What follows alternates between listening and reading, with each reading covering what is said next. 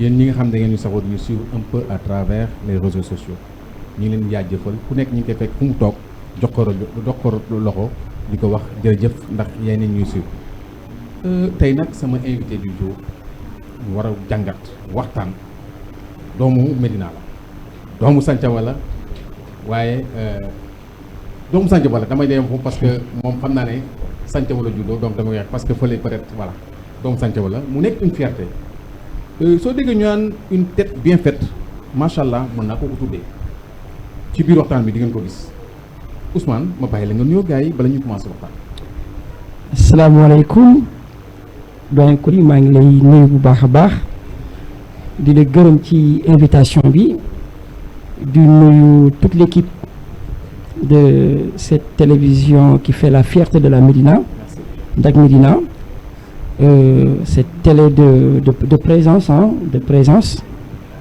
d'information et surtout d'actualité réelle donc bu mu ñëwee Médina ba léegi vraiment ñun waa Médina jooyatuñu information donc di ñaan yàlla mu continuer ci rail de développement boobu Dak nekk di nuyu seen mbokku internet yëpp di nuyu kilifa yi nekk biir Médina commencé que ci suñu kilifa aada yi nekk ci juróom benn penc yi jël nuyoo bi teg ko ci suñu papa suñu maam Modou bi Diagne ndey jërewu Médina di ko ñaanal yàlla mu may ko wér di ko ñaanal yàlla mu may ko fanu gudd dëgëral taxawaayam ak ñëpp ñi nga xamante ne seqal nag liggéey bi ak ñoom suñu ndijaay Latir Thiaw saltige bi ndeyu njàmbur bi ku lim di nga juum mais ñoom ñëpp ñu ngi leen di nuyu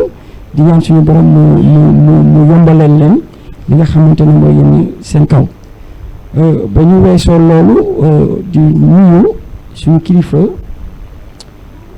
suma xarit suma doomu ndey Cheikh Ahmed Bamba Fall le maire de la Médina di ko ñaanal yàlla ci mission bi nga xamante ne moom la yore biir Médina jéego yu rafet yi mu ci teg suñu borom gën ko yombalal suñu borom gën ko permettre mu réaliser vision de gestion participative bi nga xamante ni am na ko dans la commune et cette taille de représentation bi nga xamante ni moo koy taxawu Médina dans l'environnement politique départemental régional sénégalaise africaine et voire même internationale parce que il va souvent dans la diaspora aussi pour xeexal Médina donc bu ñu jógee ci loolu di nuyu waa Médina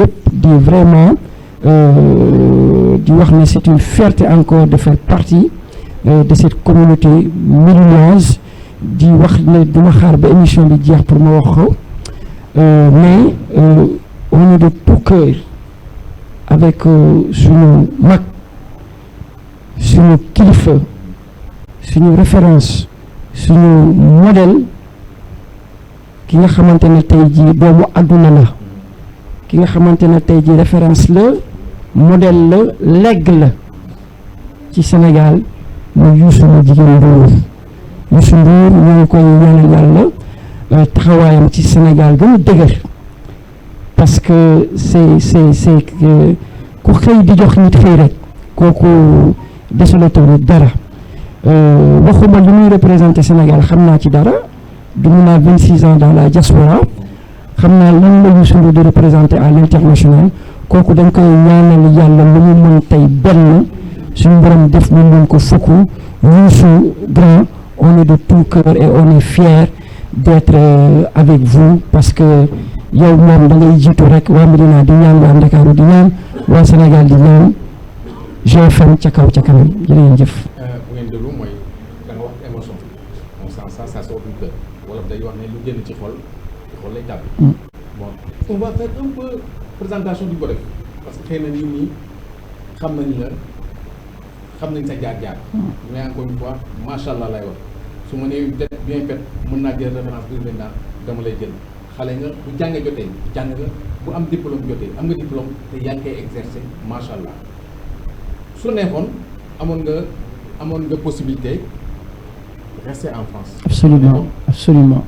da nga ko bàyyi ñëw Sénégal. Absolument. da nga ko bàyyi ñëw Sénégal. Absolument. te bi nga ñëwee Sénégal xëy na da nga bëggoon ñëw pour contribuer d'une manière ou d'une autre xam-xam bi nga yàlla may nga mën koo tàbbal ci biir sa communauté. Et à plus forte raison c'est fi nga xam ne da nga ko fonk mooy Médina parce que Médina moo ñu ñor ku ko wax sa xel dem ci yow. dëgg la. mais damay laajte sa bi nga jaaree France yan moment ñoo gën a marqué. Waaw. La France loolu de bu ma ciy wax dama koy wax ak. On sent l'émotion déjà. Les produits sont en train de défiler. C'est fort. C'est fort parce que yaa ngi anticiper ci mbir parce que maa ngi bind bataaxal sur sama vécu en France parce que 26 ans du 26 jours. C'est beaucoup d'années dans la vie d'une personne. Waaw parce que li ma dund France ci ay at dund na ko ci sama réew bi Sénégal bi nga xamante ne fii la bokk. damay joxe benn anecdote dama jàng décroché sama premier diplôme muy benn DUT un diplôme universitaire de technologie donc à l'université de Saint-Étienne génn ci première de ma promotion ça c'était dans les années 95-96 si je me trompe pas. Voilà.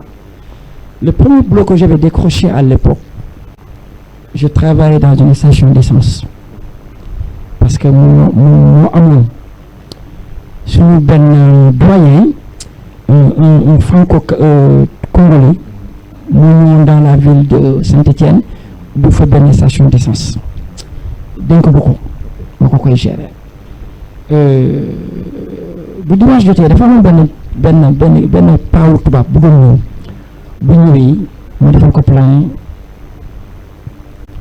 toppatool ko otoom mu jël café ñu toog waxtaan on discute ba bés mu ne ma jeune homme ma ne ko oui mu ne ma vous parlez un bon français vous avez fait des études ma ne ko oui je suis sorti de l'université de Saint-Étienne. Vous avez fait HEC. HEC c'est plus tard c'est pour la spécialisation. Okay. Au niveau des autres études commerciales de Paris comme Abdoulaye qui était la fierté parce que photo mi ngi ci biir bu ñu en tant que Sénégalais dañ ko fay gis il fait partie des rares Africains et Sénégalais qui ont fait HEC moom l'ancien ministre Abdoulaye nit ku baax aussi li may wax ci tubaab boobu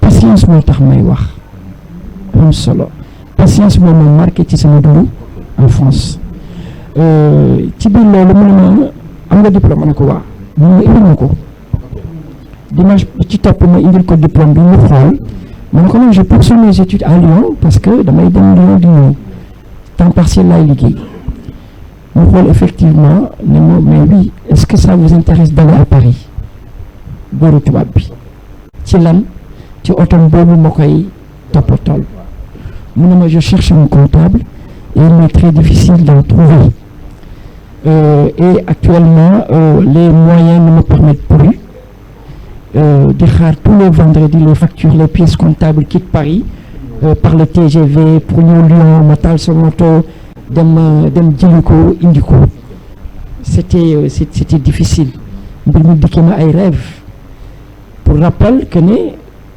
defoon na à peu près 5 à 7 ans biir Saint-Étienne entre Lyon et Saint-Étienne donc ma Paris parce que mes 7 premières années en France xaw ma Paris fan la féetee man j'étais en province fa laa nekkoon maa ngi dégganteeg ñoom mais c'est comme ki dégg Tambacounda xamul lan mooy Dakar donc patience boobu ak yaru gi ma amoon à l'égard de ce vieux moo ma permettre mu ubbil ma buntu boobu qui m'a permis de rejoindre la grande communauté parisienne mu jox ma xëy. À l'époque j'étais passé de 2500 francs français de salaire à 12 000 francs français de salaire mu nekk benn vertigineux super exponentiel mu ubbi ma professionnellement parlant et puis le témoignage bi mu amoon ci góor gi mooy que ne daf ma ne nit ci tubaab lu ko yar mayul leneen du ko ko may. Il voyait en moi un jeune homme posé, un jeune homme calme et un jeune homme qui en voulait. Donc loolu bokk na ci yenn aspect positif laa wax yi nga xamante ne marqué na ma en France. Mais beneen anecdote bi mooy ma première année j'étais un étudiant sans bourse. Suma yaay Ami Dioum yal na ko suñu borom xarale àjjana moo doon takkale bu weer de di ma yónnee fukki junni wala ñaar fukki junni mu nekkoon lu bari ci moom mais mënuñu ci woon sax dund pendant 2 ou 3 jours. Donc dinaa génn tuuti benn partie bu ndaw ci livre bi may bind mooy que ne les 4-5 premiers mois j'étais dans une résidence Sokonatra ñi dund France xam nañ ko mais dañ ma fa génne parce que j'arrivais plus à joindre les 2 bouts. J'ai dormi à l'université. J'ai dormi plus de 6 mois dans mes salles d'études yi ma doon jàngee à l'université. waaye ci fac bi bu étudiants yi génne ñibbi dama doon jël table baa yi dajale ko je le mettais à côté du chauffage tëdd.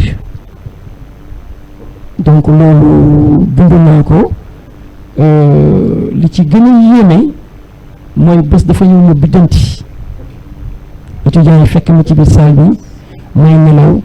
Loolu avait créé benn cas boo xamante ne Jean Auroux qui était le ministre de la ville de Mitterrand à l'époque qui était le maire de la ville de Rouen où j'étais dañu woote cellule de crise pour le seul étudiant africain à l'époque qui était dans cette commune qui s'appelait Ousmane Kanté.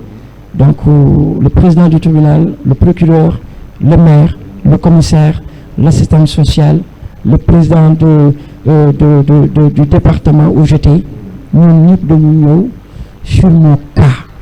Donc keroog aussi tiit naa jaaxle woon naa li ma sauvé woon mooy malgré ces difficultés que je vivais en tant qu'étudiant en France mooy que ne j'étais présent dans les salles maa ngi ñëw cours maa ngi góorgóorlu maa ngi jàng fa la yem parce que li ci des livre bi bu paree dina ko génne. Mais j'ai dormi pendant 6 mois dans les amphithéâtres de l'université Jean Monnet de Saint-Étienne. Mais néanmoins, j'ai fini mes études au niveau de HEC Paris. La question qui me vient à l'esprit, moi, ce n'est qu'une Médinois. Je dois vivre au pays. Ban dimbal la def situation boobu ma fekk France boo ko dund. waaw loolu li nga xamante ni moo tax ma continuer di jàng. C'était cette force. Je n'avais pas droit à démissionner. ndax bu ma xalaatee parce que bu ma xalaatee ni Médina laa jóge te ba muy jóge Médina dama la woon ne maa ngi dem France maa ngi jàngi donc waruma woon bàyyi mais métti woon na. Mais c'est au bout de l'effort.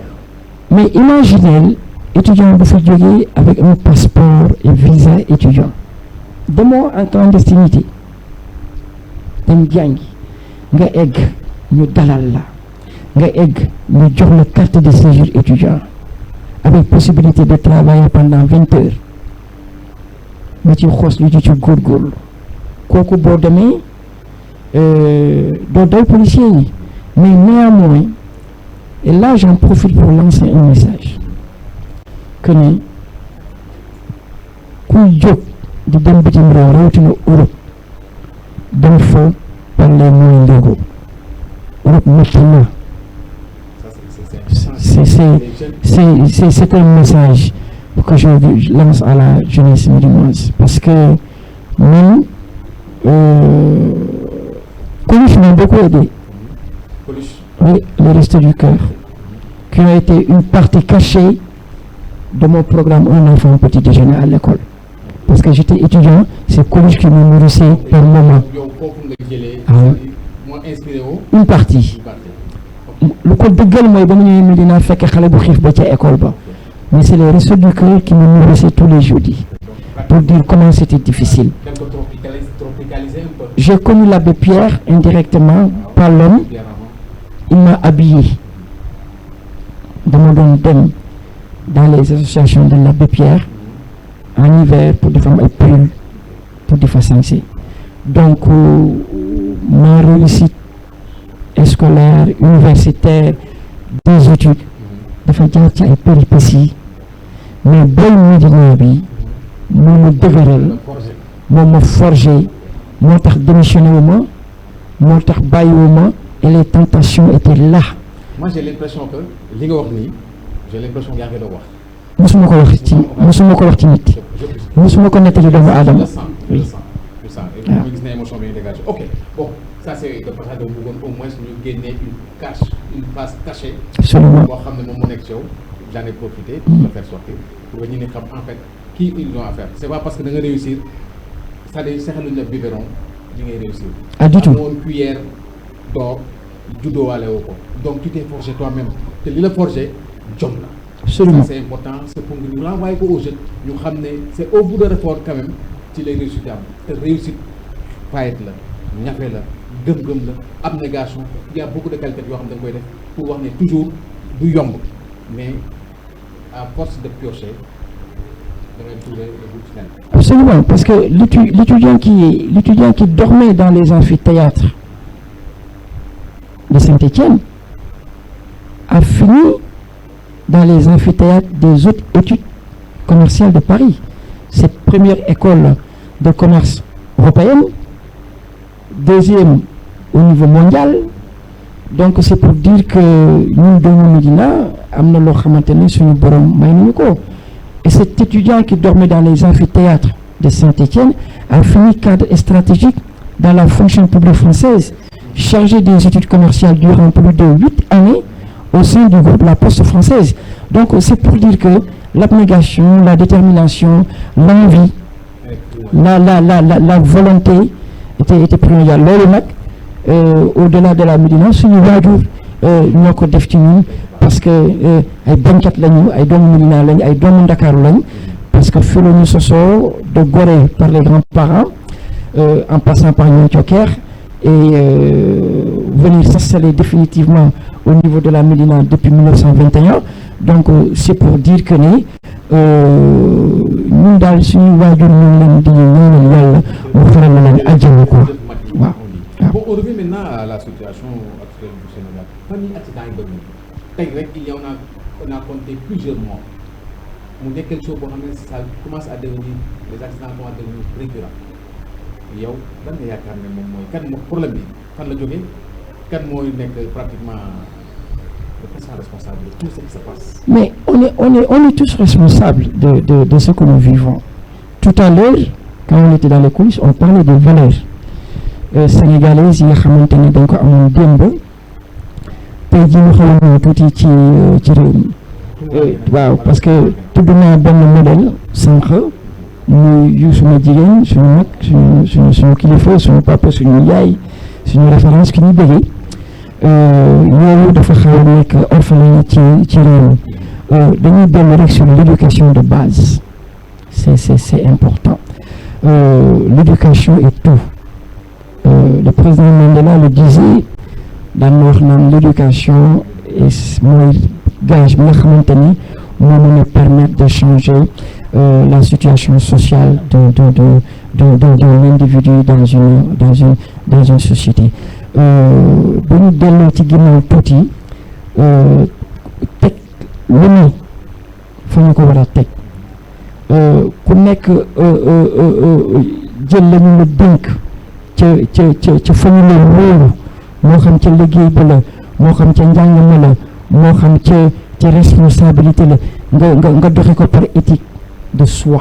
Ce que j'appelle éthique de soi mooy li lay jomb nit bu amee lu ko jomb lu bari daf koy aaye boppam. Donc la population est responsable beneen bi ci topp l'état kenn mënu ko ci génne parce que mooy kilifa l'État est ce qu'on appelle le centre décisionnaire central mooy le central décisionnaire mooy li nga xamante ni bu citoyen bi umpale tey jii famille bi umpale l'État mooy taxaw raccorder indiwaat bu waree sanctionner mu sanctionner bu waree récompenser mu récompenser mais c'est pas encore trop tard on peut encore faire et je pense que ci li ma gis ci dernier gouvernement bi nga xamante ne Amadou Ba jiital nañ ko ci muy doomu Ndakaaru juddoo Grand Dakar màggee fa tey jii di am sa base politique au niveau des Parcelles Assainies am nañ ci moom yaakaar que ne xëy na moom ak mëneelam ak bëgg-bëggam ak passion ak ñu mu dénk. Mais vous ne pensez pas que le temps est un peu court? Parce que ñoom ils ont moins de 2 ans xam nga ne pratiquement gouvernance 2 ans tuuti na ci pour mën a def réforme yi nga xam ne moom lañu bëgg. waaw 2 ans bari na. moins de 2 ans de. bari na tuuti na parce que boo déggee moom li mu wax te man ànd ci ak moom indiwul ay collaborateurs yoo xamante ne dañuy ñëw pour jàng pour liggéey.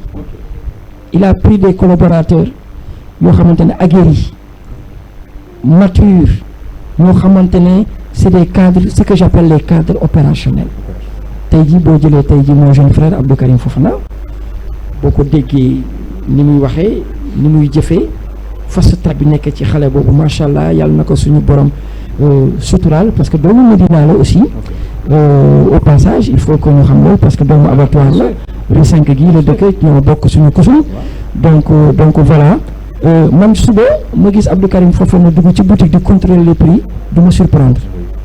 jaaxoon na fi xam nañ ko. waaw parce que gisoon nañ mode épargniste mu amoon. merci nga jël tey ji un Doudou Ka réforme yi mu indi au niveau de AIBD tey ji ñu jox ko transport aérien qui commence déjà à apporter des solutions sur les crises dont souffre le transport aérien.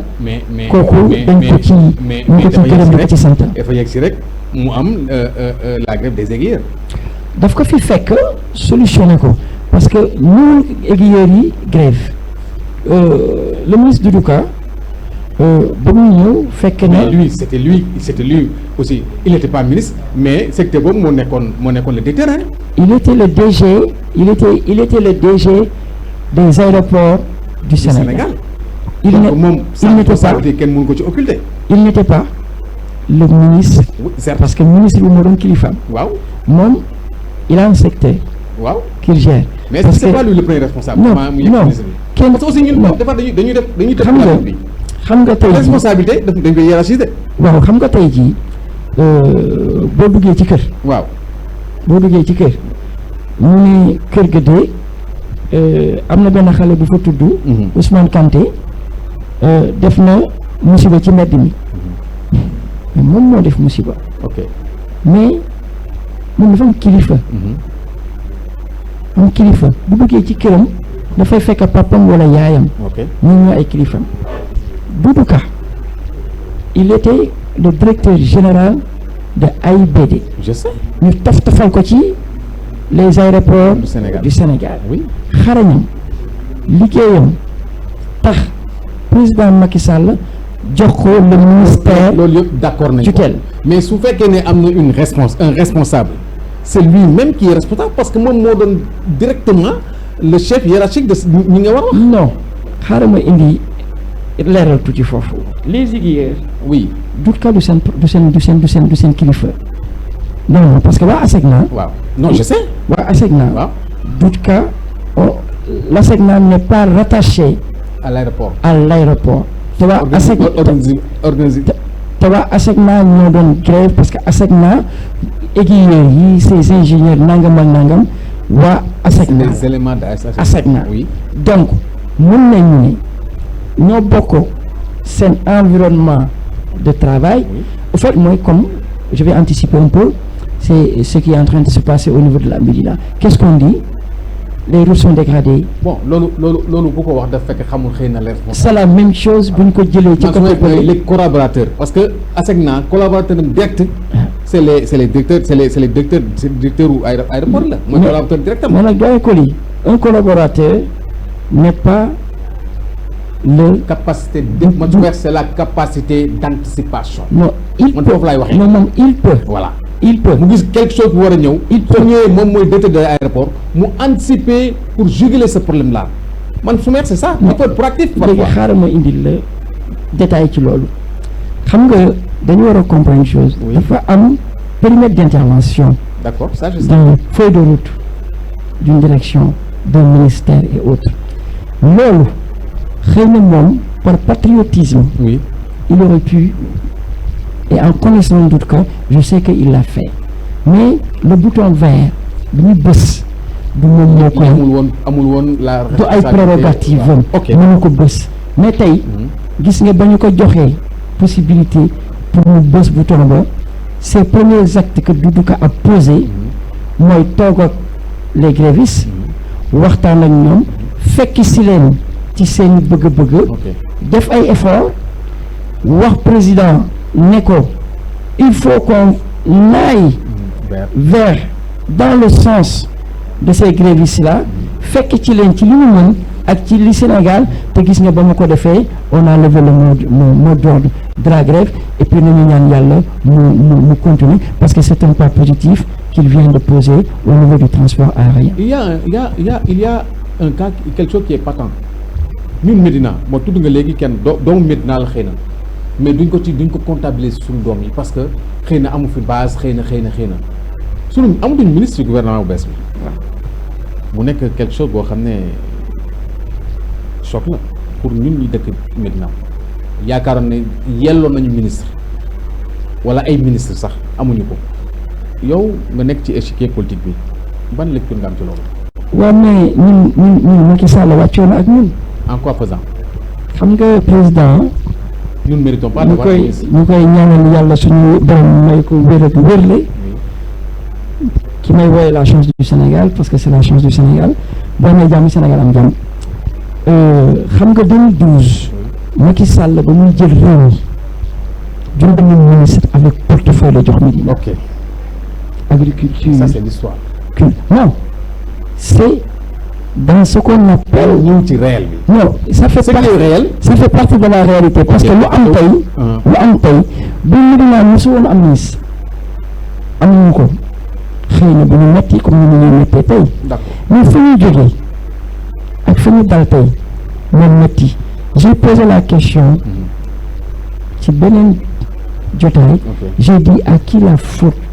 dans l'absence gouvernementale pour yow de la Médina mais les responsables les leaders politiques les leaders politiques qui sont aux responsabilités au niveau de la Médina. léegi seen responsabilité ci fan la lan mooy incompétent pour cette mais c'est très simple xam nga bu ñu jëlee responsabilité jox la ko du pour yow. ok pour sa askan la Médina réew mi tuuti na mais tuuti na ci biir Ndakaaru tuuti na ci biir Sénégal ñu jël juróom-benn ministre tafal la ko jox la ay DG jox la des directeurs de ressources humaines lu mel ni le premier employeur du Sénégal le groupe La Poste doomu Médina moo leen DRH bi muy suñu grand suñu mag Pape Demba Ndiaye de Santhiaba donc l'artiste l'homme de culture magnifique donc voilà yoroo ay ministre conseil nga yor ay ministre avec des portefeuilles lourds agriculture culture santé tourisme. mais au bout du compte ñu ñàkk loolu. mais loolu bu ñu ko ñàkkee mais parce que am na lu tax. c'est ça que je veux savoir. am na lu tax li tax nag mooy que ni c'est simple lu ne gagné kenn du ko jeex j'ai crié en disant que la Médina regorge de cadres d'intellectuels la Médina regorge de matière grise ndal la responsabilité bu ñu ko joxee nit ci ay gox il faut qu'il essaie de tirer vers le haut en promouvant en faisant la promotion de ces enfants de la Médina du tout du tout. kon c'est ce qui les fait perdre ce qui les a fait perdre. ça a participé parce que tey jii dañuy def waroon a def dañu ko defoon tey jii mais xëy na du ñu perte Médina. ok maa ngi seetaan benn émission suma mag suma grand du jàngee ko maa ngi koy nuyu au passage joxe ci ay solutions dans ce sens-là. tey jii xam nañ ne agriculture chaîne la. ça doit être le moteur de développement de notre pays. de notre pays. doomu Médina yi am nañu ci jàng mbay man bu ma nekkoon ministre de l'agriculture doomu Médina yay jàng mbay am ci une expertise dama leen di boole ci ñi nga xamante ne dañuy ànd ak man ci liggéey bi bu subaa xëy na effort ba ma war a def biir Médina pour que waa Médina gën a jàppale le président ça passera par eux. ok dans tous les domaines yëpp la xam nga Abdou Karim Fofana avant ñu koy fal ministre nga xamante ne moo ngi nekk au niveau de Fann Point E ak amitié je pense di fa def politique. il était le directeur patrimoine bâti gis nga bu suba daan jot am na ci jamono yoo xamante ne daan na gaare ay bus ci pôle commune yooyu di non liggéeyi jam ñaajo bus climatisé la jeunesse de Fann de Point E de amitié dañuy dugg ci bus climatisé yi sañse wékkoo seen sac dem liggéeyi jam ñaajo maçon électricité plombier bu ñuy wàcc duggaat ci bus yi kenn ku ci nekk ñu déposer au niveau de ton quartier de ta commune. Voilà le travail de fond de fourmi que Abdou Karim Fofana faisait pour le président Macky Sall. moo tax ba mu waree gagné ba mu jotee quand les gens demandaient pourquoi on a nommé ce jeune homme-là ministre, ce jeune homme-là a abattu un travail de fourmi magnifique pour le président Macky Sall. li ngay wax nii dafa am foo xam ne amul cohérence dans la mesure li mu def yëpp terewul dañ ko gagné. dañuy gagné ci élection yi. xaaral ma ñëw xam nga. à quoi bon de prendre ce exemple là. xam nga une élection. oui. dañuy gagné. waaw dañuy perte. waaw mais quand on investit en politique c'est pour avoir des gains. il a gagné parce que la plus belle victoire que le président Macky Sall a obtenue. oui Abdou Karim Fofana dafa bokk ci ñu ko jox mooy cette victoire présidentielle de 2019. mais ça c'est du passé. Fala jëm le passé fait le présent. oui on ne peut pas faire le présent sans pour autant certes interroger le passé. certes parce que le rapport de force dont vous parlez souvent dans les émissions précédentes et aujourd'hui dit que gis nga politique. oui politique dañ ne rek day du wasin. day ëmb day xëy suba aussi. du ñu këpp suuf sur les belles victoires qui nous ont permis d'être présents aujourd'hui. parce que tey bu ñu gagné moom présidentielle du ñu toog na xalaat ndax dinañ dem législative ou pas. et mieux encore les locales dañ ko gagné avec une belle victoire ah. mënuñu ne victoire qui perd toutes les villes les grandes villes.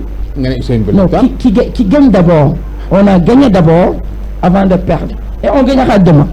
xam nga il faut ñu nangu une chose xam nga mooy la dafa mel ni tey jii dañu bëgg a gëlëmal dañu bëgg a gëlëmal ne ñu de 2019 à aujourd'hui benn élection rek moo fi am muy élection. mais on législative toujours le dernier score. dans ce cas-là parce que loolu mooy nekk li réel. dans ce cas-là le dernier score qu'on doit retenir ñu retenir élection HCCT parce que ñoo ko gagné c'est le dernier. mais vous parlons de cohérence. HCCT yéen ñan doon seen ñeen seen ay. il y avait 12 candidats. mais c'était qui. il y avait 12 candidats. mais c'était qui. il y avait 12 candidats. su fekkee ne xam nga tey boo jëlee 2007 ñu dem tuuti interroger tuuti l'histoire. oui bu ñu jëlee 2007 ba Abdoulaye Wade di dem législative je pense que c'était 2007 l'opposition avait boycotté les élections. Waaw, c'était une erreur. À l'époque, Les gens le disaient. je sais pas si c'est une erreur. Les gens, non, ñoom ils l'ont reconnu. Non, je Parce sais. que loolu moo tax ñu dem Non. défi assise nationale yi. Je ne sais pas si c'est une erreur Non, ou c'est pas. une erreur. C'est une erreur, ça c'est reconnu. ñoom foofu nañ ko. C'est une erreur. C'était leur choix. xam nga nag. Si c'est à défaire duñ ko def. dem ba war a yor réew. waaw. dem ba war a yor réew. La vie de 17 millions de Sénégalais. naan dama juum kooku jàngil. woykat bi nga xam ne. jàngil. woykat bi nga jël léegi. jàngil bi nga jël léegi exemple. waaw wax na ko ci woyam. nit bu dul juum amul. non kooku à la couleur. il faut se tromper de bonne xam li gën a li garaaw se tromper de mauvaise foi mais si on se trompe de bonne foi. doyen Coly. ah non non non. doyen Coly. parce que projection la te mën nga projeté li nga projeté baaxul. doyen Coly, il n'y avait pas de projection. On était devant une réalité. Mooy que ne ñoom ils pensaient que bu ñu demulee ci élection législative yi le peuple allait de leur côté. ok C'était sans pour compter sur la maturité de la population sénégalaise. li ma bëgg a wax daal mooy. li ma du baromètre. non li ma bëgg a si. du baromètre si baromètre la. baromètre la. Non seulement il n'y avait pas de candidat, mais c'est du vote direct. Quelle est la différence tey jii quelle est la différence tey jii le baromètre. d'un honorable HCCT ak un député à l'Assemblée nationale lan mooy différence bi. mais c'est comme le jour et la nuit. lan mooy différence bi. parce que kii moom mooy voté loi yi di contrôler ak ci code gouvernement. ok kii xam nga lu muy def HCCT. ñuy def ñoom dañuy def rek ay ils ne font que conseil la ñuy def il ne fait que conseil le conseil ki koy conseil bu ko neexee mu jël ko bu ko neexee mu jël mais kii dafay voter loi di contrôler l'action de l'État c'est tout à fait différent c'est comme le jour et la nuit. Grand Coly foofu nag dinaa ñëw tuuti indi la ci tuuti. kan moo leen ba pare indi la ci tuuti. xam nga fi may waxee ak yow mooy. man dama bëgg ñuy respecter la population sénégalaise. ok c'est important. oui gis nga ay sénégalais. oui ñoo jóg dem voter ji. waaw pour ñu fal des conseillers HCCT. waaw non c'est pas ce ne sont pas des sénégalais. ah bon non su ma neex ce sont pas des sénégalais c'est pas du vote direct. du vote direct. ñun ñooy voté HCCT. ñun ñooy voté. ce sont les conseillers. mais conseillers ñoom lan moo. mais du vote direct vote indirect la. lan moo leen teg foofu. certes dañ leen vote ñi dafa nekk population bi ñoo leen voté mais jàppal na ñooñu du vote direct. mais grand c'est donc ñaari bokkuñu. grand dayoo bi la état bi la dayoo bi la population bi jox. grand wute na pour dayoo bi la ay nit jox. grand c'est pas pareil. grand xam nga expliquer une chose. Ousmane Kanté qui a voté pour HCCT. oui. bu ko Coly voté lul woon au niveau de la Médina Ousmane Kanté bu am dayoo boobu pour voter. mais justement je vous prends au mot. Je vous écoute. Je vous prends au mot. Je vous écoute. Pourquoi on a changé mode électoral ou les maires. Pourquoi on a changé. mode élection ni ñu voté maire pourquoi ñu changé ko mu nekk vote direct bu dee mu nekk vote indirect. lan mooy différence bi. voilà c'est parce que bii ñii bu ñu leen voté ñoo ëpp légitimité parce que c'est direct mais bii les communes les et cetera. Il faut dire c'est ça c'est-à-dire vraiment su fekkee dañ koy wax da ngay nekk di ñii li nga xam ne moom mooy Sénégal les Sénégalais dañu mës a rejeté. grand bàyyil ma indil la allez-y solution ci li nga wax. oui il y a deux choses. élection maire kenn changé wu ko. je m'explique. vas-y. dañuy fal le maire au suffrage direct fal les adjoints au maire comme on le faisait auparavant. Maire, je ne parle pas des adjoints. Avant d'être maire. Oui. Avant d'être maire. Oui. Avant d'être maire. Il est d'abord conseiller municipal. Le maire fait partie du conseil municipal. C'est indéniable. Baal ma ñëw argumenté. Waaw, allez-y. Baal ma argumenté. Bon, ñu nekk du verbiage mu du verbiage. OK, allez-y. Parce que si on s'écoute. Oui, OK, je vous écoute. Si on s'écoute, oui, on peut comprendre. OK. Quoi qu'il en soit. Quoi qu'il en soit. Une institution de la République. Oui. Baax na bon ci nit. C'est selon. Ci C'est nit selon. reste une institution de la République. Je suis d'accord. Bi élection bi mujj. Mooy élection HCCT. D'accord. Grand ñoo ko gagné. Non, d'accord na. Que ñu d'accord que ne. Mais il y a des grandes victoires et de petites victoires. L'essentiel non d'accord nga. l'essentiel gagné 1-0. l'essentiel am na match boo xam ne gagné 1-0. waaw gagné 3-0 ko gën de. mais nag xam nga lu ma gënal samay 3 points yi may mais jël. mën nga gagné 1-0 doo qualifié. mais grand bu fekkee da nga am soxla 3-0 nga war a gagné nga gagné 1-0 di nga gagné victoire nga toog. mais nag xam nga bi donc la victoire n'est pas toujours la victoire. xam nga comme il y a des victoires yu ñu compter il y a des victoires qui ne comptent pas. mais xam nga victoire HCCT ça ne compte pas. parce que yéen victoire bi. non pratiquement amu leen woon candidat devant vous. grand c'est votre position. non c'est pas le mien. c'est une réalité. il y avait pas de candidat d'opposition bi moo nekkoon candidat. grand ñan ñoo fa nekkoon. c'était les gens qui étaient frustrés ñu nekkoon seen camp ñoo dem def seen kii. j'ai dit c'est pas autre chose. gis nga am donc seen candidat c'est gis nga en matière de relations humaines. oui man duma xeeb nit ki ne sama kanam. non xeebuñu leen mais damay bañ nga. gis nga président Macky Sall bi laay bañ. ma di président Macky Sall. un député ne peut pas être égal au conseiller. dama ne HCCT c'est vraiment comme le jour et la nuit bokkuñu sax ay. bokkuñu ay dayoo bokkuñu pour plusieurs raisons. je ne parle pas. je suis désolé. je compare pas un député et un conseiller. voilà dama ne la le mode d'élection. waaw mooy que ni bi ñu gagné. waaw ñoo ko gagné. bon d'accord ok du dañ bon victoire bu mag la wala victoire bu ndaw la. waaw mooy que ni on a eu seule la victoire seule la victoire et ça a été une très belle victoire. donc c'est ça on a renoué voilà. avec la victoire. seule la victoire et c'est une victoire. ok bon may revenir xam naa ce goût effréné de l'enseignement xam naa gëm nga jàng gëm nga xale yuy jàng coono bi ngay daj pour xale jàng xam naa ko en 2016 dafa am benn wax boobu mosoo wax benn interview ñoo defal nga ne l'école n'est ni un marché ni un centre commercial. Il est inconcevable de monnayer l'éducation de nos enfants avec quelques promesses d'emploi précaires boo xam ne un grand groupe mondial moo koy joxe bi ngay wax loolu yaa ngi ci sa position boobu ba tey. mais du dañ loolu du dañ nee naa la j'ai cité le président Mandela. oui en disant le gage que l'éducation peut donner.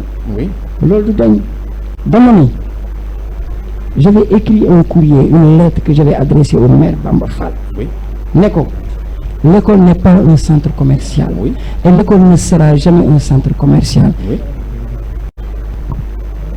lenn li tax. ma ànd ak Bamba Fall jox ko ndam ci élection locale yii. mooy que ne daf ma fekk ci système opposition. ok parce que dans les projets en cours. yi nga xamante ne dañu war a réformer les écoles de la Médina. ci xar kanamu Médina bi ñu war a defar sur la Médina 2025. li maire bi wax ñun ñëpp dégg nañ ko. il y aura plus de cantines scolaires ni de ci école bu mu mënti il y aura plus de cantines par exemple boo jëlee centre école Médine cantine yi fa nekkee bu ñu jóg. c'est ça. dootuñu nangu am lenn loo xamante ne day perturber la vie de nos enfants dans les écoles.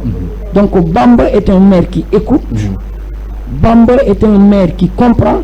Et li ma gën a neex ci moom mooy il n'hésite pas quand on lui fait une suggestion de venir épouser cette suggestion et doxale ko. Et aujourd'hui ci tànk yooyu la Bamba Fall nekk tey jii on a pris toute l'équipe yi nekkoon dans les rues de la Médina dugal leen dans les écoles de la Médina ñiy bale di peinture di préparer di réfectionner donc fekk ci ndama ci l'amour boobu nga xamante ne moo am sur l'éducation donc kooku mënuñu lu dul di ko ci gërëm di ko ci sant moom la may Bamba Fall. est-ce que ci lancé boobu le corps à l'école xam nañ ne dafa nekkoon lu am yitte ci yow parce que constat bi nga defoon ba indi ko est-ce que jàpp nga ne jotul mairie bi jël ko en charge bu ko jëlu en charge mu delloo la ko yow mi nga xam ne amoon nga xam-xamu def ko te doo ci woon laaj xaalisu kenn. waaw mais xam nga tey ce projet. oui d'antan. il a été torpillé. qui a été un programme qu'on a déroulé durant 6 ans. ça a été torpillé. mais ça a été torpillé par Khalifa Sall. et ton ami. mais mu ñëw ci. oui mu ñëw ci. oui xam nga quand Khalifa Sall a voulu lancer le lait à l'école ñun ñoo tam suñu bopp ñun waa Médina ñoo tam suñu bopp parce que ñoo jël programme di ci liggéey programme bi am 5 années ñu ciy joxe plus de juróomi junni ndekki repas scolaire aux enfants ñu ne dañ koy yaatal parce que dañu bëgg mu jël Ndakaaru ñu dugg dans le plateau jël Clémenceau Malick Sy boole ko ci biir ne dañuy wuti doole bind bataaxal le maire Khalifa Sall. Le maire Khalifa Sall gis ne c'est un projet qui tient la route c'est un projet qui tient la route ñu jaay ñu doole. te yow da nga naa def boo bu ko ne da ngay def ombrage avec quelqu'un boo xam ne dafa nekkoon fii nekkal ko fi. waaw mais il faut y aller parce que loolu tamit l'histoire est là. Non, je vais dire que ne. Voilà. Bamba Fall, il faut que les gens comprennent une chose.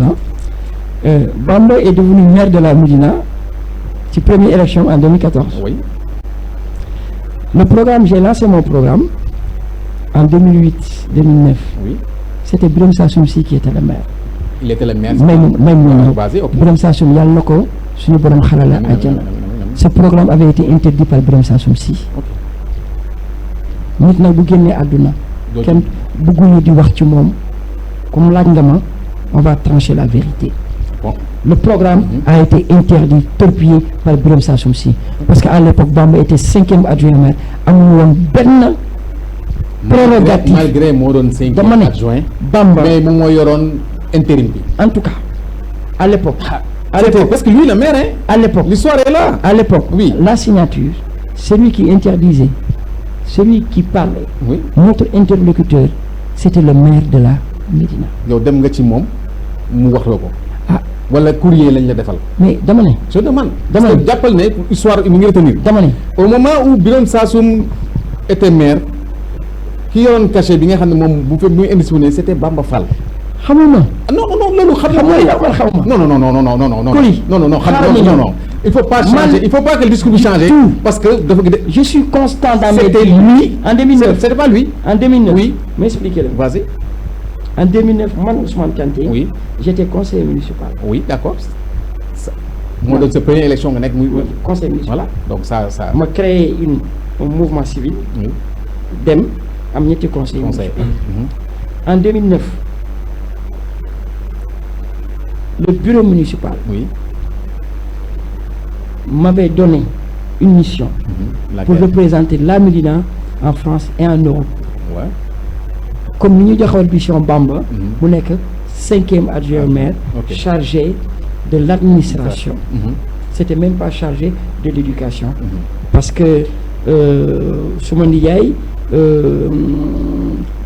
qui dëkkoon rue 19 qui tonton Armand yàlla na ko yàlla yërëm moo yoroon moo nekkoon l'adjoint maire chargé de l'éducation au niveau de la Médina. Docteur Kane nekkoon le premier adjoint maire. Le maire décédé qui bi tuddoon bi santoon Cissé ma Cissé xaw ma yàlla ko yàlla yërëm aussi nekkoon 2e adjoint maire. malgré loolu yëpp ñooñu c'est pour dire ñooñu woon intérim gis nga ñooñu c'était Bamba ñi ci bari Bamba il a été maire sans être élu. léegi xam nga lu ma lay laaj lu ma lay ñaan mooy xam nga man Ousmane Kanté je ne suis l'avocat de personne. Ok. Je ne suis le 12e gaynde gis naa ne loolu de personne. yaa ngi koy ressasser depuis quelque temps parce que bind nga fan yi ce que je dis. voilà non en fait c'est ça damay parce que fan yi bind gis naa nga bind ko du li nga wax nii pratiquement c'est les mêmes termes nga wax j'ai l'impression est-ce que du dañ la attaquer de part et d'autre parce que yaa ngi wax. non personne ne m'attaque c'est-à-dire. parce que les gens disent que sax est-ce que nekkoo di wax def monologue tu ne parlais pas avec toi-même. non pas du tout. non les gens te disaient. man xam nga. il faut que les gens comprennent une chose. oui. Man je suis libre. Man je suis un homme libre. C'est très important. Man je suis un homme d'idées. Très important. gis nga ma liberté. tey jii elle doit être primordiale. ma liberté su rawatina en domaine politique. ok doomu aadama mënu ko dindi ci man xam nga Coly. dama naan man damay sant yàlla. yàlla bu la boolee ci nit ñi nga xamante ne. boo xëyee suba yaa ngi ndékki yaa ngi añ yaa ngi reer bu la desee ñaar téeméer nga bokk kook say mbokk ak say am di jàmm ñu ko war a bokkal boo amul taxawaayu nit ku diiñ ki wax la mu war a wax ak ka mu ko war a wax moom la engagé. ak fa mu ko war a waxul boo ci bokkul rek gorewuloo ok man suñu borom mënuma baaxe je tends la main à personne ok au contraire man maay joxe la politique vit de moi mais tu ne vis pas je ne la vis pas de la loolu politique c'est un donc sama discours sur qui que ce soit du changer. mënul doon discours wax nit lu ko neex ok bon léegi dafa am lu ma la bëgg laaj est-ce que sa bilan ak def nga sa bilan sa compagnonnage ak Bamba Fall def nga ko boo doon tiré bilan day nekk bilan la. non bilan quel bilan lay doon. mais bilan bi mënaguñu ko def mais à mi parcours. parce que ànd ngeen dem élection. waaw mais xam nga li ma mën a parce que remarquer bilan boo ko def étape la jëm beneen étape bi ngeen dépassé ñu yem ko def ci ban bilan ngeen def ci loolu. waaw li ma mën a wax mooy que ne vous voulez que je parle du maire wala de Bamba Fall. non yéen ñaar ngeen def compagnonnage moi je parle de Bamba Fall en tant que parce que yéen demandoo élection. waaw moi j'ai été clair le compagnonnage yow ak Bamba Fall ngeen demandoo élection nga nekk colistier ban bilan nga tiré ci loolu. mais voilà. une belle victoire d'abord. oui xam nga Bamba. très positif. mooy dañu yéen a ànd dañu gagné Médina avec la manière. gagné ba gars yi c'est-à-dire battre une campagne boo xamante ne Bamba wóolu ma. waaw vraiment jox ma ay responsabilités xam nga mosuma ànd ak Bamba Fall ci campagne. oui. lors des locales. waaw anduñu Bamba day jaar à droite man ma jaar à gauche. j'ai organisé 52 thé débats dans tous les quartiers de la Médina. ok Bamba mosu fa teg tànkam. maay def samay thé débat ba mu jeex. def suñu visite de proximité ba mu jeex. ok fekki Bamba ci meeting. ok te nag loolu c'était une organisation interne. li ci gën a neex. oui mooy que ni yaatu ga nit ki yaatu. ok en politique j'ai vu un homme d'ouverture un homme boo xamante ni d'ailleurs même à un moment donné je me suis dit est-ce que du yëfu dof la Bamba di def ak man je me suis dit ça si. mais au bout du compte parce que moi c'est un problème c'est ça parce que yow vous êtes man dama ne compagnonnage au bout du compte les gains c'est ça le problème. les gains. Ouais, bilan bi c'est le gain. Non, le gain c'est quoi? moi je fais pas de la politique pour avoir un gain. Il n'y a pas de gain. Non. Donc yow amoo ambition politique. Non, si j'ai une ambition. Ah non, politique. parce que quand on parle de non, parce que on ne peut pas faire regarde, il faut trancher. Gain ak ambition ñoo ànd. Dama lay wax une chose. Ambition parce que gain. Il faut qu'on arrête ce discours. Et ça, ce discours, je ne gagne pas. Non, dama ne. Ce sont des positions. Ce sont des positions. Je suis un élu. Oui. Ça vous suffisait d'être élu. Vous n'avez pas besoin d'être en compagnie avec nous. Donc soo demandé kenn di nga nekk élu. Déglu ma expliquer la. Ah vas-y. da nga may déglu ba ma déglu rek ma expliquer la. Je vous écoute. Gis nga la waa Médina dama leen di gërëm di leen sant. Ok, ça c'est la victoire. dañ ma fal conseil municipal. yow ça vous suffit. pare gu ma de. ok ba ma bàyyi rek ma pare. bu ñu ma falee conseil municipal. ma yor baatu Médina. ok tey jii j'ai le droit de parler loolu moom indi fii tey. mais loolu beesul. dama dëkkee dem élection. bokkul. non boobu dàq c'était la plus belle victoire. bokkul. mais ñoom ñaari gu laaj ma la ñaari sabar yi bokkuñu. laaj ma la pourquoi. waaw je vous écoute. voilà Oui. laaj ma la pourquoi. Oui. xam nga bii. lan mooy différence am. bii dama dem en coalition. oui. ci élection. oui. bële dama demal suma bopp. c'était la plus belle pour victoire. pour nga am trois découvrir. conseillers. est-ce que comprendre la première fois. ma am 3 conseils municipaux xam nga bi ci waroon tegu. waaw. la Médina devait suivre mais la Médina n'a pas suivi. Bon, le peuple a toujours raison comme disait l'autre. Le problème. Donc comme le peuple. Revenons encore. Comme le peuple. Moi le problème. Parce que moi j'ai l'impression. Non. Ousmane. Ouais. Revenons à la situation. Moi je veux savoir bi ngay dem ak moom compagnonnage c'était pas pour avoir des positions c'était pas pour avoir un gain c'était pas avoir moi je veux savoir. ma wax da nga demoon rek pour nekk conseil. ma wax la dama demoon pour gagner. gagner ak moom. non dama demoon pour gagner. ak moom maanaam dama demoon xam nga man bëgguma injustice. ok d'accord. ma expliquer la. Ok. nga comprendre man j'aime pas l'injustice. Man j'ai été le premier opposant de Bamba Fall à la Médina sama baat ca kaw. ok. Man quand je me battais avec Bamba Fall à la Médina aucun fils de la Médina n'avait le courage politique génn di xeex ak Bamba Ok. Fall man dama daan jógee Paris ñëw di indil Bamba seytaane dans les rues de la Médina ok. xeex yu metti man fekke naa sa benn campagne ngay dox ci Blaise Diagne bi di dem moom muy ñëw. dajeeg moom voilà bon muy benn. voilà donc kooku courage politique yaakaar naa am na foofu. d'accord ñun ragaluñu. mais ba léegi la guerre ñun ay falaa jëm si. ok alors ñun ragaluñu loolu. ok nee naa la je vis pas de politique. c'est la politique qui vit de moi. c'était déjà dit. injustice. oui bugguma ko. c'était déjà dit. li tax bugguma injustice. mooy ñi ma doon taxawal démb di xeex ak ñoom ngir Bamba Fall. ndax Bamba Fall. dama dem un moment après mes contradictions avec Ousmane ba léegi vous n'êtes pas revenu sur le sujet. vous êtes en train de tourner autour du sujet. dafa am un fil conducteur. ok allez-y. le fil conducteur boobu. ok allez-y. boo ko comprendre su ma expliqué wul le pourquoi. ok je vous écoute doo mën a d'accord comprendre. je vous écoute d'accord je vous écoute parce que moi j'attends les faits. parce que encore le problème c'est quelque chose qui est là. pour que ma ñëw ci. est très c'est-à-dire loolu ça crève l'œil. non ça crève pas l'œil. si parce que man am na sax sa ay compagnonnage. quand Bamba Fall moo xam ne sax kontaan na ci loolu. dama ne loolu xam nga adduna bi ñu ne. vous trouvez juste ñu créer conseil municipal ba mu jeex bokkuloo ci vous trouvez ça juste. quel moo leen bokk ma ci. bokk ban nga ci nekk. lan nga ci nekk. quel moo leen bokk ma ci. mais non ban position nga nekk. man quand Bamba. non léegi expliqué ñu. xaaral ma jox la dama jàpp ne bokkoo ci. léegi nee ma bokk ci li nga bokk. xaaral ma jox la xaaral ma ni premier adjoint maire ni deuxième ni troisième ni quatrième. mais je veux pas. kon yow yaa choisir bañ. non dégguma. non dama laajte. je ne veux parce que là il faut je veux pas. les gens non attends il y a deux choses. je veux pas. yaa choisir bañ ci bokk wala dañuy choisir doo ci bokk nga nangu. dama ne la c'est le problème c'est quoi la réponse. Bamba. oui Bamba oui. ci li ñu bokk. Coly amul lu muy def. ok kon bàyyi ma terminer. oui vas-y vas-y. Bamba. ci li ñu seq ma ak moom. amul lu muy def. niveau politique. te du ci waxtaan ak man. waxtaan ak tàggu du benn. non déglu ma expliquer xam nga bi ci biir waxtaan. oui la ñuy wax nit ki. ok lii ak lii laay def. lii ak lii nit ki ne ko lii ak lii wala lii ak lii. donc loo nga bëgg a comprendre mooy que ni. man on a gagné. Bamba est le maire.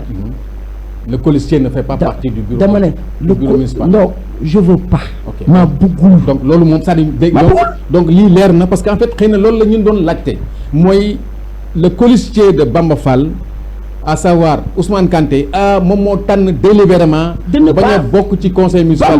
kon ñi nga xam ne dañu mer di la merle. c'est pas la peine ñu koy def. bureau municipal. waaw du question c'est pas la peine. non damay laajte parce que ñun loolu la ñuy wax. non.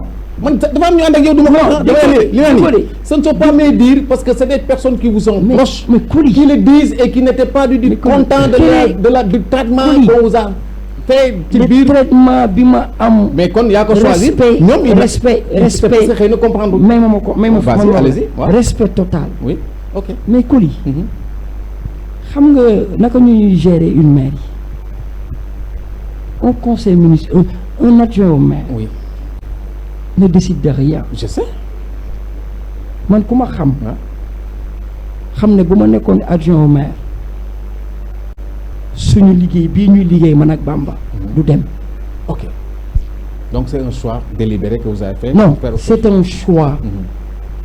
boo xamante ne pour l'intérêt de la Médina. mais est-ce que si ñi nga àndal expliqué na ba ñu comprendre. parce que ñenn ñi comprendre duñ ko ñi bokk ci sama.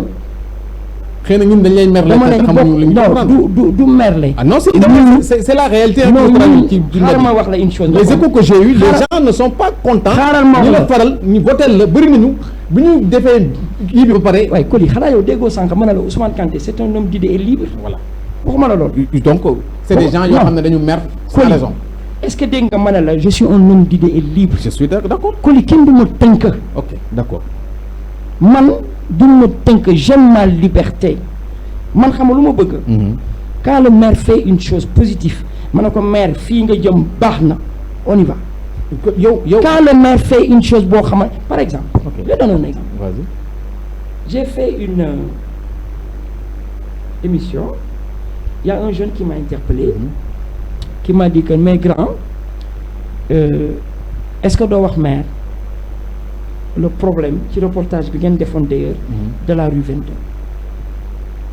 ndox mi fa am tali yi nangam ak nangam booy wax ma loolu je saisi maire donc maire toog naa sa bureau ma téléphoné le DG de Ageroute xuloog moom ci téléphone bi ba wax ju jóg nga fëgg ci taabal bi may témoin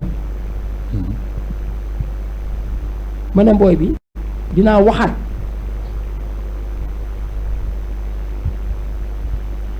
résultat am na ñi ngi rafistolé. ñoo ngi liggéey. ñi ngi rafistolé. ñoo ngi liggéey. non ñi ngi rafistolé il faut oser. non les mots ont le sens. dama ne ils sont en train de rafistoler. ñoo ngi liggéey. ñi ngi rafistolé. Ageroute bu rafistolé. waaw Ageroute bu rafistolé. yow vous n'êtes pas sans savoir yow maintenant nga dëkk. dama ne xam nga ne tali yi ñu am. dama ne ñun. dama ne Sénégal ñoo fi gënuñu baax tali. du ñu jël suñu tali yu baax yàq ko jox defaruñu tali yu baaxul. te c'est que loolu moo commencé woon. ma kentu ni allez vas-y. dama ne l'Ageroute. oui. qui est l'agence gouvernementale. oui. chargée de la réhabilitation et de la construction des routes. du Sénégal. moo toog suñu tali dina ko defar. ok bu ko rafistolee bu yàqoo dina ko defar. ok bu ko defaree bu baax alhamdulilah jaaraama suñu rôle ñun en tant que membre du conseil municipal qui doit accompagner le maire sur la gestion de la Médina dinañ ci am taxawaay bu mucc ay. ok te ce qu'on est en train de faire bu ñu waree relancer Bamba dañ koy relancer. c'est ce que je fais au quotidien. bu ñu waree wax ak keneen ku dul Bamba dinañ ko def loolu mooy li nga xamante ne dafa am mais pour leeral encore mbir yi mooy que ni sama participation sur l'amélioration de la gestion de la Médina moo ma ëppal njëriñ la position politique de Ousmane Kanté. Ousmane Kanté amul njëriñ que mu nekk adjoint au maire que mu nekk maire ça importe peu. Ok. ce qui importe tey mooy lan la Ousmane Kanté mën a indil Médina pour que waa Médina gis ci seen bopp pour que waa Médina am ci njëriñ nee naa quand la Médina veut Ousmane Kanté day xaar. ok quand la Médina doit travailler ça c'est une lettre Ousmane Kanté doit ça c'est une lettre que vous avez écrite que j'ai lue donc vraiment, ça voilà. je le redis loolu da nga koy tant wax que l'intérêt de la Médina waaw loolu moom. pour falum Ousmane Kanté ok ça répond nekk ça répond à votre slogan. absolument Médina Médina moo la moo ma ñor. ñor. voilà ça on comprend mais léegi dañu gis ne les cartes vont être rebattues jóge nañ ci ay élections mu am lu nit ñi wax yow politicien nga wala yaa ngi ci arène politique bi dégg nga ko nan nga gisee recomposition politique bu Médina. recomposition politique gu Médina tey dañu am ñun ñu ànd ak président d'autant plus que ma fàttali dafa am foo mu sa waxee ne si je ne m'abuse da nga ne woon tu parlais d'alternance générationnelle. absolument absolument parce que loolu nga wax noonu li may wax da ngay dugg sax en contradiction yow seen conseil municipal sax amul relation générationnelle. pourquoi ay troisième âge ñoo fa nekk amul benn jeune. ah si kan la. mais boo le jëlee maire moo gën a jeune. mais non kan la xam nga ki ngeen jeune kan la. mooy Thioub Babou Thioub est le plus jeune. Thioub il est secrétaire élu. Hormis lui ce sont des troisième âge. mais l'exception fait la règle. ah ouais mais bon ça c'est Thioub. trop facile. mais non comment on peut avoir la non laisse-moi Xaaral ma ñëw. moo la Léegi ma ñëw. wax la ko de Léegi ma ñëw. avant nga def léegi ma ñëw. contradiction yi baal ma wax beneen. non non baal ma wax beneen. vas-y man Ousmane Kanté.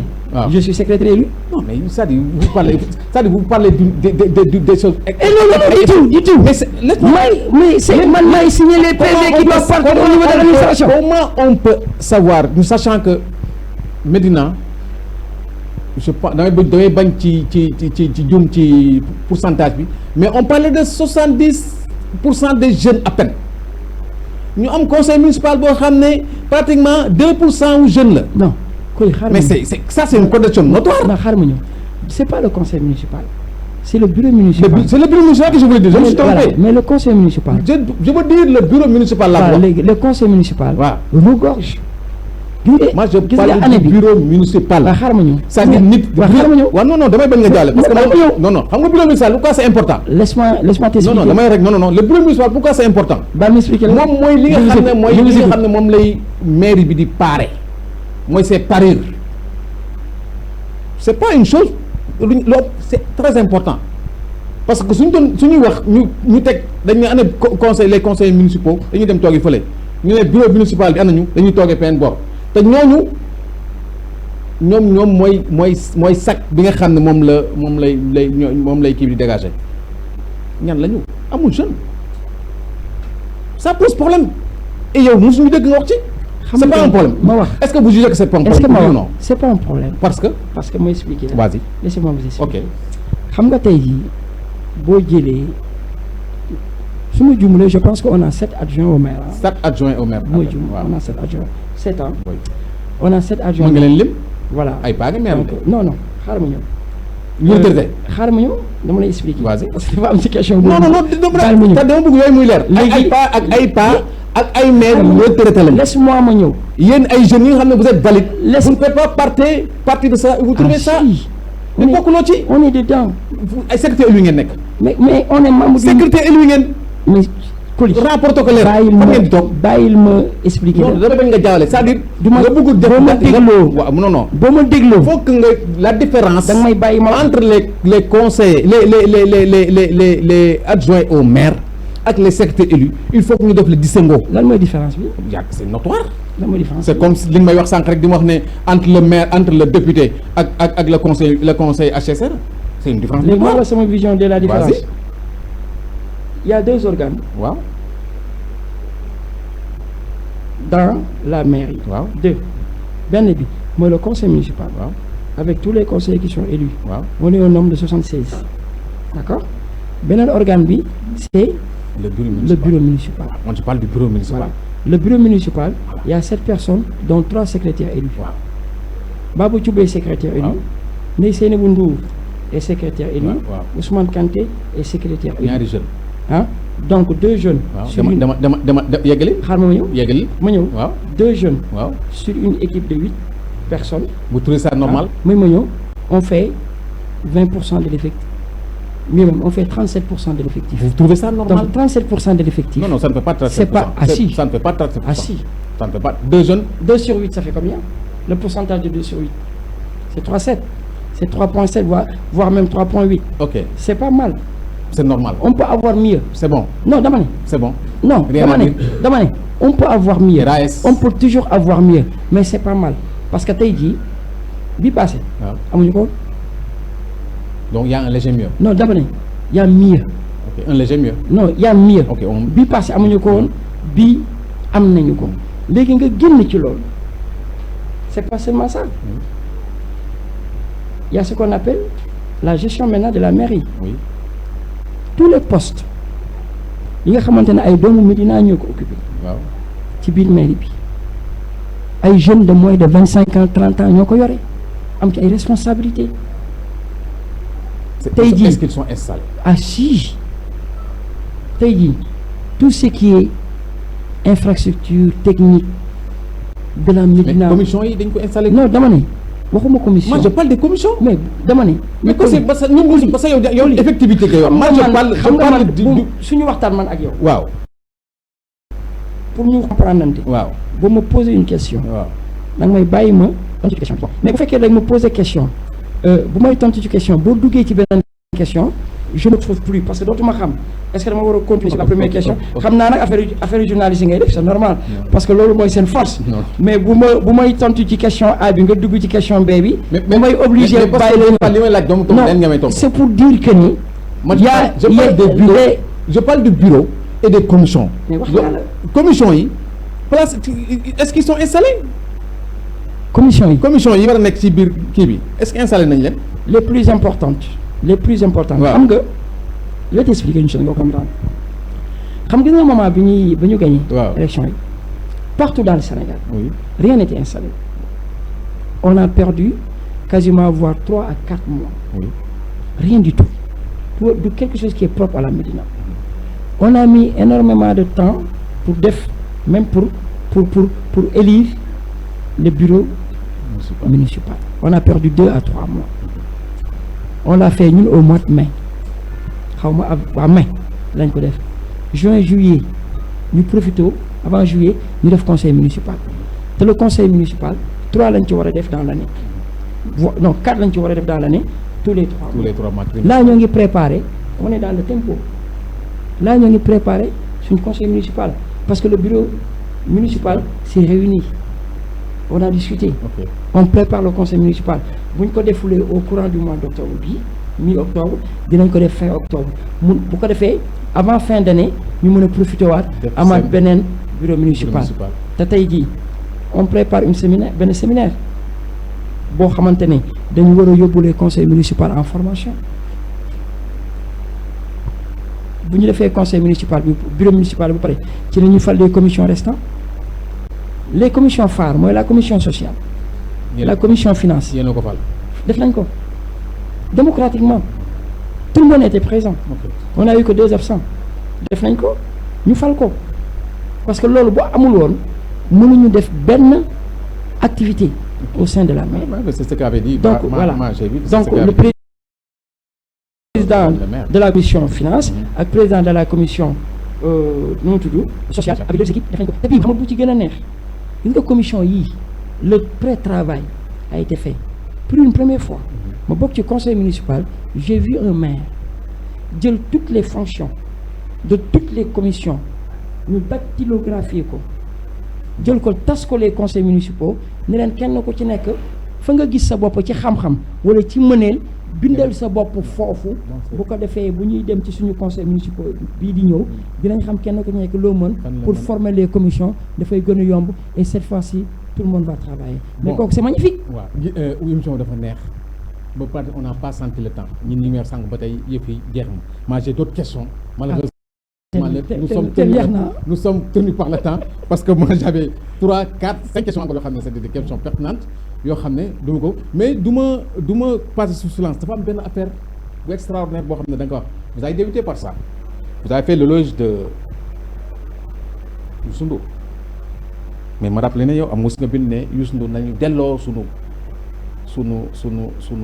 kii honoraire suñu maire honoraire aujourd'hui nga ñëw def jaar complètement à côté. Waaw. Qu'est-ce qui peut expliquer ça? Mais non, parce que xam nga pour être maire honoraire, Oui, il faut être conseiller municipal. d'accord. nekk ko woon. C'était juste ça. C'est-à-dire que Youssou xam nga il faut que les gens comprennent une chose nit ku baax Oui, nit ku crédible oui. luñ koy jox lu ne na doon lu baax na doon lu crédible Ok. bu ko defee bu subaa kenn du ko xasee. Mais il y a des Bu maires, subaa il y a, kenn du ko il y a ko ailleurs qu'on fait ñu def ay maires honoraires feneen ils n'ont jamais été conseil municipal. dama ne ñooñu ñëpp seen maire honoraire Oui. dafa tëb administrativement parlant maire honoraire Youssou Ndour dafa tëb c'est même pas parce que Ousmane Kanté avait demandé dafa tëb parce que les textes ne permettent pas. Ok. Donc problème de texte la. tey jii nommer un Seydou Gueye un maire honoraire wala un Ousmane Kanté wala keneen oui parce que ils ont été conseillers municipaux alors que tey jii même un Cheikh Ba on peut pas le nommer un maire honoraire Il n'a jamais parce qu'il n'a jamais été élu Donc, ah ok. alors que loolu c'est pour dire que ne te Youssou grand bi mais suñu grand la Ah, mais suñu mag la ok. suñu ndijaay la suñu référence ñun waa Médina am nañ droit bu fekkee ne dañu bëgg lu ñu Youssou defaral te gisuguñ ko ci moom bu ñu neexee taxaw Youssou jooy na ko grand dafa la gooñu dara man ça me plaît mu dama bëgg Youssou Ndour def Médina une médiathèque boo xamante ne day am une maison de culture à l'intérieur te gëm naa ne grand bi dina ko defar Médina War na gën a parce que def. Médina def na fi mais war na gën a def. Médina lay dund moom waaw mais des na. te Non, il faut oser le dire, des na. déggoo ba na dina def defu fi dara sax. Dina ñenn ñi dañ def. koy wax ñenn sax dañ koy wax am na ñoo xam dañ naan def fi dara li muy def yëpp boppam la koy defal. def na lu bari. non ñun ñee koy wax man waxuma lu lu bari. des Médinois qui le disent. Mais parce que- idée gis ñu def li muy def mais ay il a fait son propre business Parce que- à la Médina. parce qu'ils comprennent pas Mais c'est ce que les gens xam nga disent. les gens Oui. xam nga les gens Oui. tey jii ñaata doomu Médina ñooy liggéey dans le groupe ñaata doomu feneen mooy liggéey feneen. non ça Youssou Ndour tey jii je Voilà, donne donc loolu tey jii j'ai mon ami Doudou Sow waaw.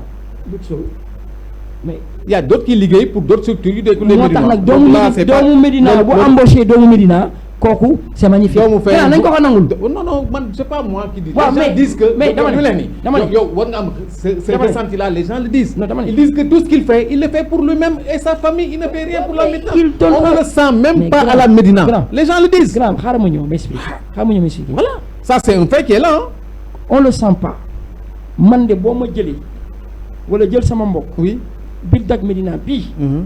ah dugal ceebu 50 kilos voire 100 kilos ceeb Ok. tous les jours Mais- dans ma maison Non, parce mais- que jox nga Def doomu na. Ousmane Kanté xëy def na ah kooku dañu mais war a war gërëm na gën a Youssou def parce que Youssou dañ koy gërëm li mu tollul war na def lu ëpp lim fiy def. waaw léegi xam nañu def wax ji loolu la. xam nañu def léegi temps bi dafa jeex. dina def waaw na gën a def. dina def waaw. grand bi. waaw. Médina luy na gën a def. dina gën a def. na gën a def. waa Médina. waaw dama ne waa Médina. waaw.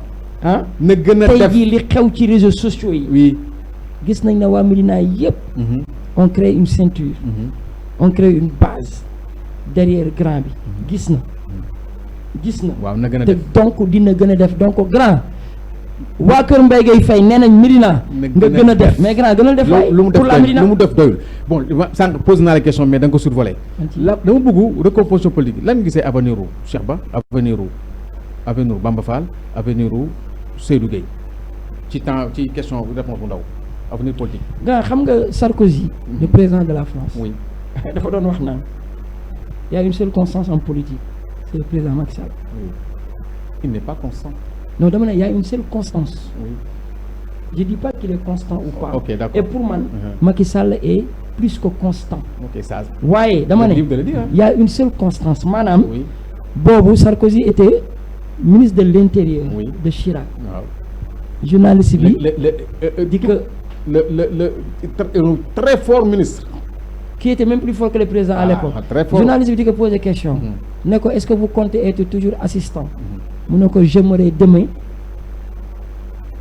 faire partie de ceux qui donnent les ordres mais aujourd'hui nangul ma ne benn constance moo am ci politique mooy ki Sénégal fal. c'est Macky Sall. c'est le président Macky Sall. c'est-à-dire ce qui va se passer à la Médina. oui. politiquement parlant. c'est le président Macky Sall qui le décidera. waaye nag li ne fang kenn du ko jeex. c'est-à-dire. maanaam gis nga Médina gii. Bamba Fall mooy borom Benno Bokk Yaakaar bu Médina. parce que mooy maire Médina parce que mooy ki nga xamante ne le seul responsable. responsabilité c'est la toute dernière question. bi nga xam ne on a le temps jeex na. c'est la toute dernière question. dama ne oui. xam nga newoon naa ay jamono. ne leen Seydou Gueye mooy borom APR Médina. waaw waaye nag nañu nangu ne Cheikh Ahmadou Bamba Fall mooy borom Benno Bokk Yaakaaru Médina. ok léegi dama mooy toute dernière question bi comme ça parce que li ma wax ne j'ai d'autres questions mais le temps on a un peu de temps Bamba mi wax na ko waxaat ko nee na bi mooy dernière mandature am est-ce à dire que da ngay cautionné. xaw ma man aujourd'hui mënuma xam loolu xam nga tey je t'ai dit que man. am na ñu ne. su ma les gens parleront toujours. oui de bien. ou bien de mal. oui mais li wóor ba wóor mooy Bamba. ci biir njabootam. wax na ko waxaat ko te ci biir njabootam. te njabootu Bamba tey mooy Benno Bokk Yaakaar. mooy njabootu Bamba. parce que Bamba mooy kilifa Benno Bokk Yaakaaru Médina. ci biir njabootam nee na am na ay xale yoo xamante ne bu ñu solee dàllam mu jot ko nañu bàyyi bu Bamba simee dàll yi rek. ku ko sol boo la jotee rek ñu xam ne yow. waaw mais parce que am na luy suscité wu nee nañu def ngeen waxtaan pour nga bay nekk ci position de décision yi pour que. mu def comme li nga xam ne Macky daf ko defal Amadou Ba mu defal la ko. grand Bamba. oui suma mag la. waaw suma xarit la. nit ku baax la. nit ku bëgg Médina la. nit ku yéene jàmm doomu Médina la. nit ku yéene jàmm nit la. pour l'instant je l'accompagne. oui ci mission bi ko comme Amadou Ba accompagner le président Macky Sall. j'accompagne Bamba Fall. sur la mission bi nga xamante ne moom la ko waa Médina jox. comme muy ñu liggéey Médina. jëmale Médina kanam. grand li ci des yëpp amul solo. ok looy tàggoo. di gërëm waa Médina di gërëm waa Dak Médina di leen wax ne leen nañu gën a fagaru. nañu gën a def bouclier derrière ci li ñu bokk ñun ñëpp. muy la Médina. ci li ñu bokk ñun ñëpp c'est la Médina c'est l'essentiel. te tey ki ñu dénk Médina Cheikh Ahmadou Bamba Fall.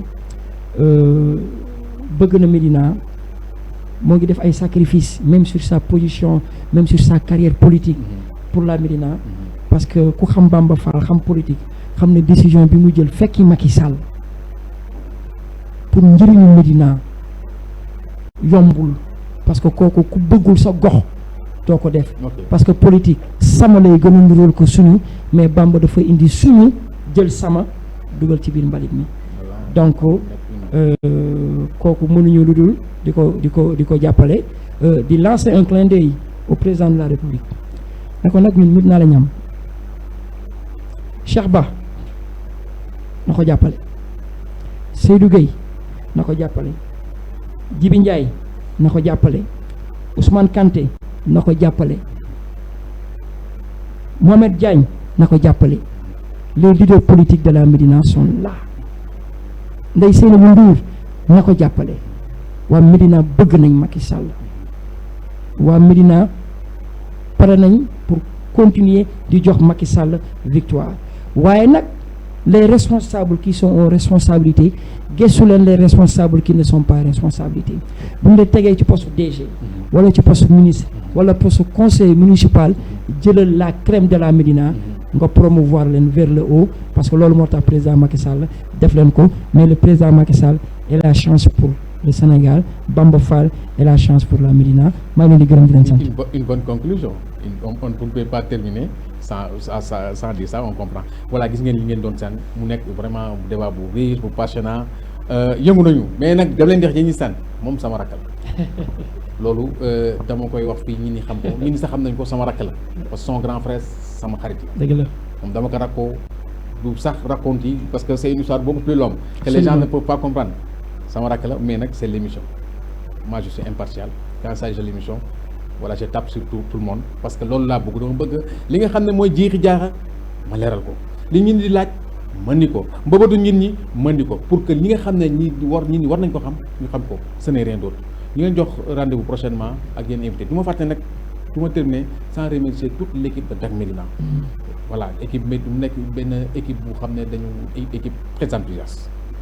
Yandaluñu xanaanoon ñu. Ils n'ont pratiquement plus de famille. du ñuy xëy suba ba ngoon ci li nga xam ne mooy indil askan bi ay xibaar la, soit dañ leen di yee, soit dañ leen di xamal, soit dañuy artu, parce que loolu mooy suñu credo yépp di ko dox pour que askan bi nekk ci situation boo xam ne situation de bu neex la, situation bu baax la. ñu wax nag ku la nekkal ci kër gi kat ci naaj bi kat da nga koy nekkal ci kër gi, te ñu nekkal ñu ci kër gi mooy dem suñu ay plateforme di leen visiter suñu compte YouTube. Encore une fois nga abonné wu, parce que abonnement boobu ngay abonné mooy tax nga duñu topp duñu suivre. Donc jaajëf toute l'équipe de Médina, Dak Médina, ñu commencé ko ci président bi ba ci ki gën a suufe muy man. Rendez-vous prochainement ak keneen, wasalaam. Dak Médina.